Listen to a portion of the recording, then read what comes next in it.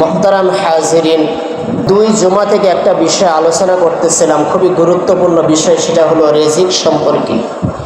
এই যে এখন যারা রিজিকের পিছনে ছুটছে, যারা রিজিকের পিছনে এই মুহূর্তে ছুটছে, কোরআনের ভাষায় সূরা জুমার মধ্যে তাদের ব্যাপারে বলা হইতেছে যে তারা যা কিছু এই মুহূর্তে উপার্জন করবে সব কিছু হারাম। সব কিছু কি ভাই? হারাম। কারণ জুমার যখন প্রথম আজান হয়, এই আজান শোনার পর দুনিয়াবি সমস্ত কাজকর্ম, ক্রয় বিক্রয় দুটোই হারাম। একমাত্র শুধু নামাজের প্রস্তুতি নিতে পারবে। তাহলে আমাদের ভিতরে দেখেন কিভাবে হারাম চলে আসে, আমরা নিজেরা টের পাই না। বলতেছিলাম হালাল এবং হারাম রিজিক সম্পর্কে। হালাল রিজিকের নিয়ামত, হালাল রিজিকের বরকত, হালাল রিজিকের যে রহমত, এটা অপরিসীম। আমাদের রিজিকের মধ্যে বরকত নাই, তার কারণ কি? আমাদের রিজিকের মধ্যে ভেজাল আছে।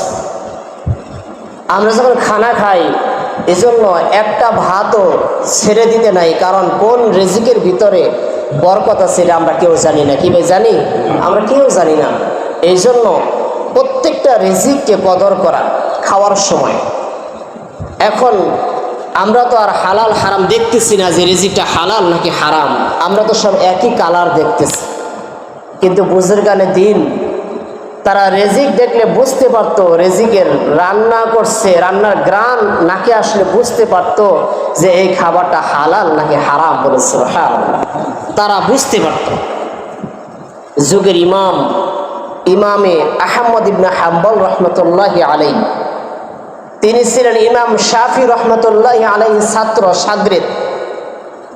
ইমাম শাফি রহমতুল্লাহি আলাইহি আহমদ ইবনে হাম্বলকে চিঠি লিখলেন মিশর থেকে যে আহমদ, তোমার সাথে দীর্ঘদিন হলো দেখা সাক্ষাৎ হয় না, তুমি আমার কাছে একটু আসো, তোমার সাথে একটু সাক্ষাৎ করি, তোমার সাথে একটু কথাবার্তা বলি, ভালো লাগবে, অনেক দিনের সাক্ষাৎ হয় না। ইমাম আহমদ ইবনে হাম্বল রহমতুল্লাহি আলাইহি উস্তাদের চিঠি পাইছেন।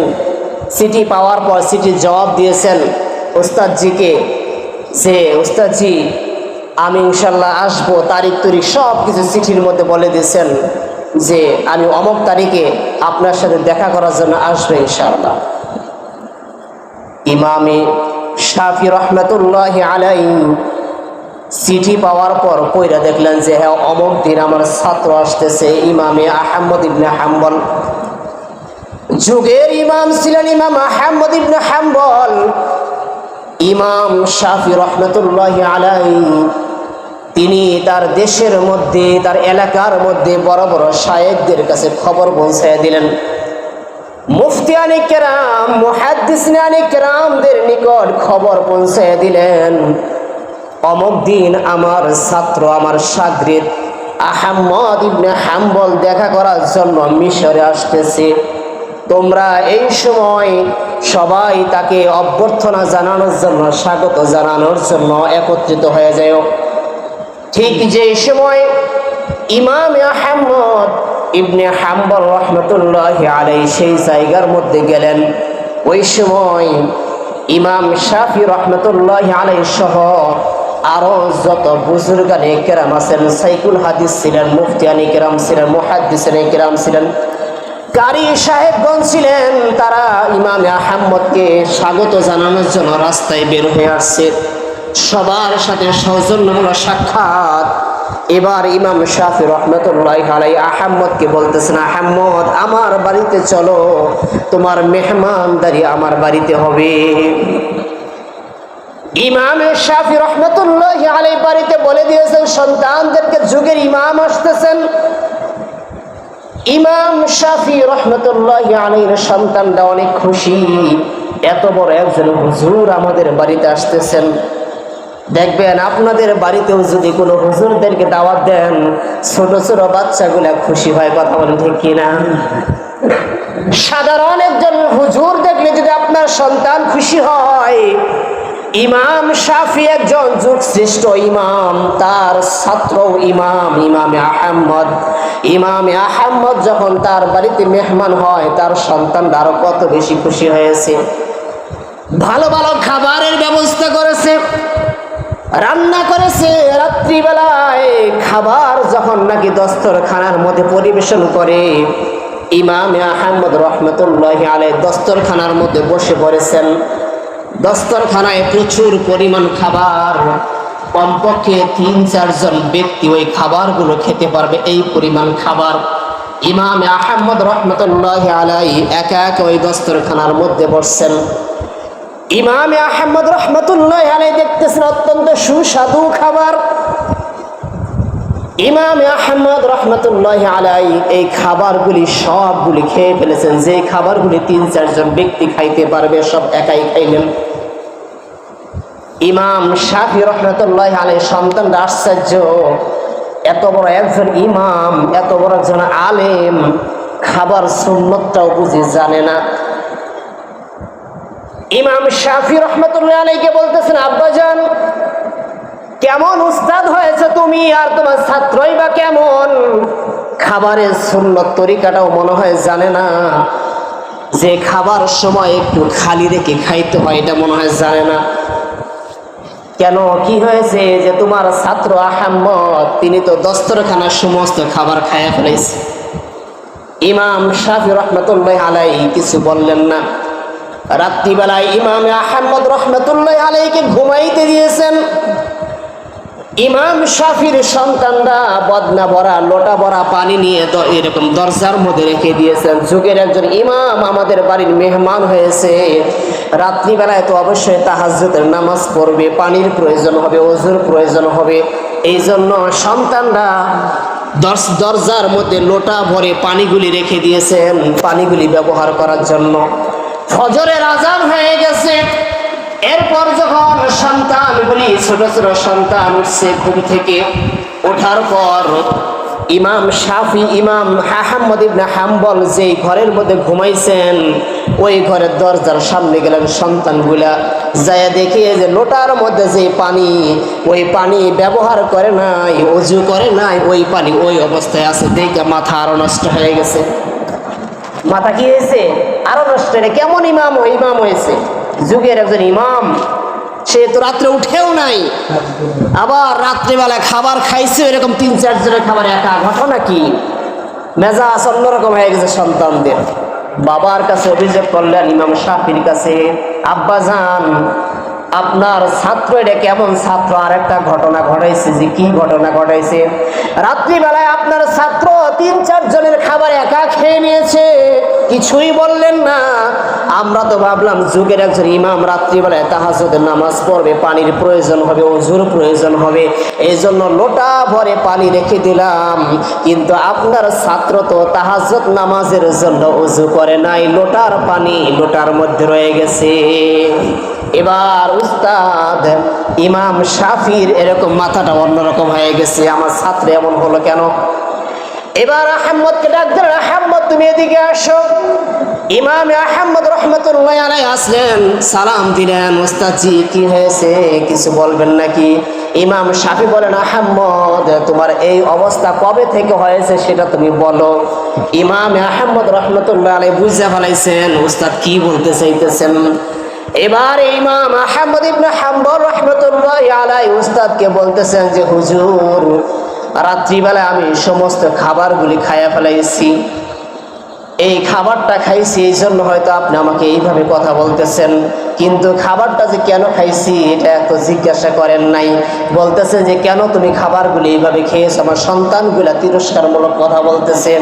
এবার ইমাম আহমদ রাহমাতুল্লাহি আলাইহি বলেন, হুজুর আপনি যখন দস্তরখানার মধ্যে রান্না করা খাবারগুলি নিয়ে আসলেন, খাবারের ঘ্রাণটা অত্যন্ত সুস্বাদু ছিল। আমি দস্তরখানার দিকে তাকাইয়া দেখি আপনার খাবারের বরকতে পুরা ঘরটা আলোকিত হয়ে গেছে। বলুন সুবহানাল্লাহ। শুধু তাই নয়, ইমাম আহমদ ইবনে হাম্বল বলতেছেন, হুজুর আমি যখন আপনার এই খাবারের দস্তরখানার দিকে তাকাইয়া দেখলাম আকাশ থেকে যেরকম ভাবে বৃষ্টি বর্ষণ হয়, আপনার এই খাবারের মধ্যে আল্লাহ তাআলার রহমত এবং বরকত বৃষ্টির মতো করে বর্ষণ হইতেছে, বলুন সুবহানাল্লাহ।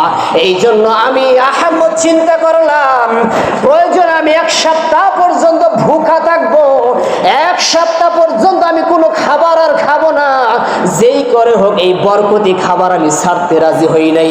এই জন্য কষ্ট করে হলেও আমি আহমদ আপনার দেওয়া দস্তরখানার সমস্ত খাবারগুলি খেয়ে ফেলেছি, বলেন সুবহানাল্লাহ। শুধু তাই নয়, ইমাম আহমদ ইবনে হাম্বল বলতেছেন, হুজুর আপনার দস্তরখানার এই খাবারটা খাওয়ার পর আমার দুইটা ফায়দা হয়েছে। কয়টা ফায়দা বলেন? দুইটা ফায়দা হয়েছে। একটা ফায়দা হলো এলেমি ফায়দা, আরেকটি ফায়দা হলো আমলি ফায়দা।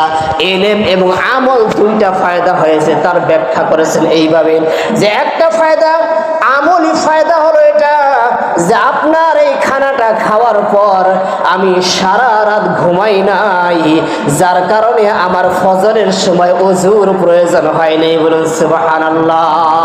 তার মানে কি সারা রাত নফল ইবাদতের মধ্যে কাটিয়ে দিয়েছেন, তার মানে হলো তাহাজ্জুদের নামাজের মধ্যে কাটিয়ে দিয়েছেন। এটা হলো এক নাম্বার তার একটা ফজিলত পেয়েছেন। ভাইয়েরা আমার, এরপর বলতেছেন উস্তাদ জি আরেকটা ফায়দা হয়েছে, এলেমি ফায়দা। আপনার এই হালাল খাবার, বরকতপূর্ণ খাবারটা যখন আমি খেয়েছি, এই খাবারটা খাওয়ার পর আপনার ঘরের এই বিছানার মধ্যে শুয়া শুয়া আমি একটা আয়াত নিয়ে চিন্তা করেছি, ওই একটা আয়াত থেকে 100 মাসআলা আমি বের করেছি, বলুন সুবহানাল্লাহ।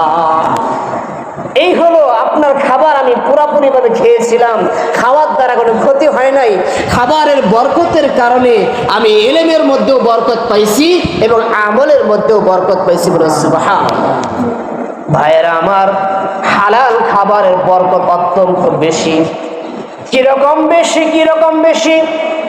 বুজুর্গানে দিন শুধু তাই নয়, কেউ যদি হালাল এবং হারাম খাবার মিশ্রিত করে নিয়ে আসতো, তারা বুঝতে পারতো যে কোনটা হালাল এবং কোনটা হারাম।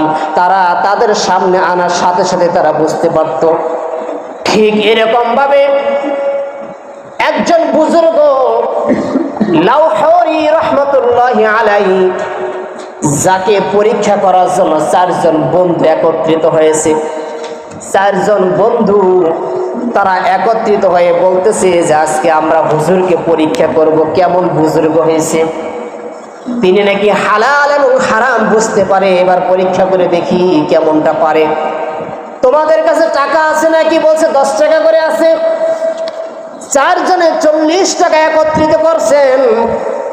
আরো কিছু টাকার প্রয়োজন। আরেকটা সন্তান তার বাবার পকেট থেকে 15 টাকা চুরি করছে। কয় টাকা? 15 টাকা। সন্তানটা মনে করে বাবার পকেট থেকে না বইলা নিলে মনে হয় হালাল হয়ে যায়। না, হালাল হবে না। বাবার পকেট থেকে না বইলা নিলেও কি হবে? হারাম হবে।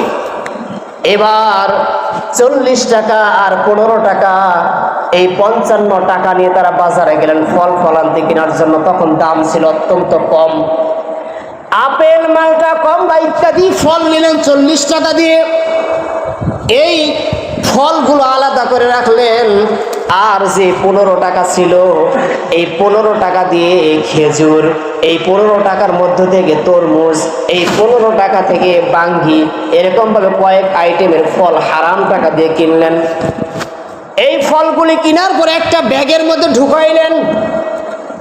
ব্যাগের মধ্যে ঢুকাইয়া ওই বুজুর্গ লাউহরির দরজার কাছে গিয়ে কড়া নাড়াইলেন, হুজুর আমরা 4 জন ব্যক্তি আসছি আপনার সাথে দেখা করার জন্য, আপনার কাছে মুরিদ হওয়ার জন্য আসছি, সোহবত নেওয়ার জন্য আসছি, আপনার একটু ফয়েজ বরকত নেওয়ার জন্য আমরা 4 জন বন্ধু আসছি, দরজাটা খুলেন।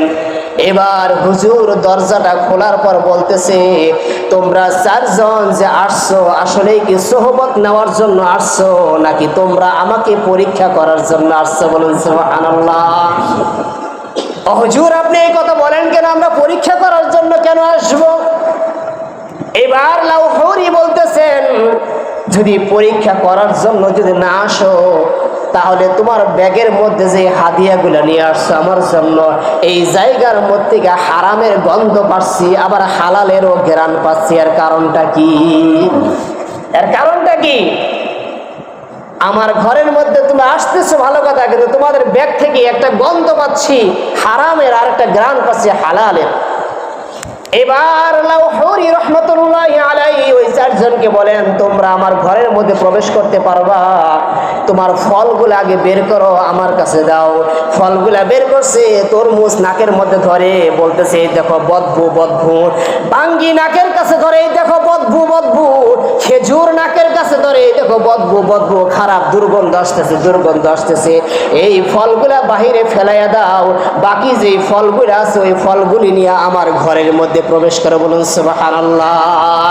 ইমানের কাছে যখন পরীক্ষা করার জন্য গেলেন, এই চারজন যুবক, চারজন বন্ধু পরীক্ষা করার পর দেখেন বাস্তবে এই লাউহুরি রহমাতুল্লাহি আলাইহি একজন আল্লাহওয়ালা ব্যক্তি, একজন বুজুর্গ ব্যক্তি, এর সাথে ধোঁকাবাজি করা যাবে না। সঙ্গে সঙ্গে তার কাছে তারা ক্ষমা চেয়ে নিলেন। বলুন সুবহানাল্লাহ। ভাইয়েরা আমার বলতেছিলাম, খাবারের মধ্যে যদি হালাল খাবার থেকে ইলমের বরকত পাওয়া যায়, খাবারের মধ্যে যদি হালাল খাবার থাকে, উপার্জনের মধ্যে যদি হালাল উপার্জন থাকে, আমলের বরকত পাওয়া যায়।